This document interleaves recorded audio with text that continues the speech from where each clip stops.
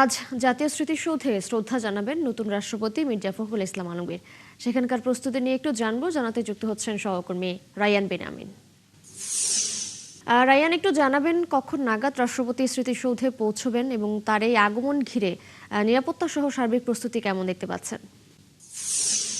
আমরা জানতে পেরেছি সকাল 10:15 রাষ্ট্রপতি এখানে আসবেন, স্মৃতিসৌধে শ্রদ্ধা জানাবেন, পাশাপাশি এখানকার যে স্মারক বই আছে সেখানে স্বাক্ষর করবেন।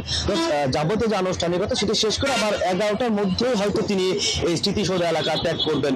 তো এই আসা উপলক্ষে প্রায় 1000-এরও বেশি নিরাপত্তা বাহিনী এখানে মোতায়েন থাকবে। ঢাকা রিচা মহাসড়কের পোস্টে আমিনবাজার থেকে একদম এই নবীনগর স্মৃতিসৌধ পর্যন্ত এই 25 কিলোমিটার এলাকা। এখানে দেখতে পাচ্ছি সকাল থেকে কিন্তু পুলিশের সদস্যরা উপস্থিত আছেন, ঢাকা জেলা পুলিশের ঊর্ধ্বতন কর্মকর্তারা উপস্থিত আছেন এবং পাশাপাশি ডিবি পুলিশ এবং বিভিন্ন গোয়েন্দা সংস্থার সদস্যরা উপস্থিত আছেন। আর গতকালকে রাষ্ট্রপতি আসার খবর পাওয়ার পরে কিন্তু যে সিসিটিভি ক্যামেরাগুলো আছে স্মৃতিসৌধের চারপাশে সেগুলো চেক করা হয়েছে এবং তারা নিশ্চিত করেছে জেলা পুলিশের পক্ষ থেকে সবকিছু ঠিক আছে এবং নিরাপত্তা নিয়ে কোনো প্রকার ঘাটতি নেই।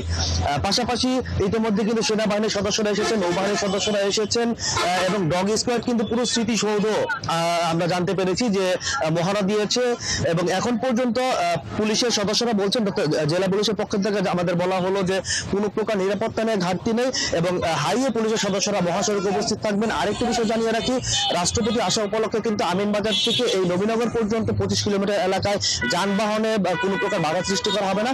নাগরিকরা স্বাচ্ছন্দ্যে যেতে পারবেন বলে আমাদের জানানো হয়েছে এবং যখন শুধুমাত্র রাষ্ট্রপতি আসবেন সেই সময়টুকুতে হয়তো কিছুটা সময়ের জন্য যানবাহনকে সীমিত করা হতে পারে। এর বাইরে আসলে অন্যান্য সময়ের মতো সবসময় স্বাভাবিক থাকবে এই রাষ্ট্রপতি আগমন উপলক্ষে সাভারে। তো তিশা, এই ছিল আমার কাছে সবশেষ তথ্য। রায়ান, ধন্যবাদ আপনাকে। আপনি থাকবেন, খোঁজখবর রাখতে থাকুন। যখন রাষ্ট্রপতি সেখানে আসবেন আমরা আবারও যুক্ত হব আপনার সঙ্গে।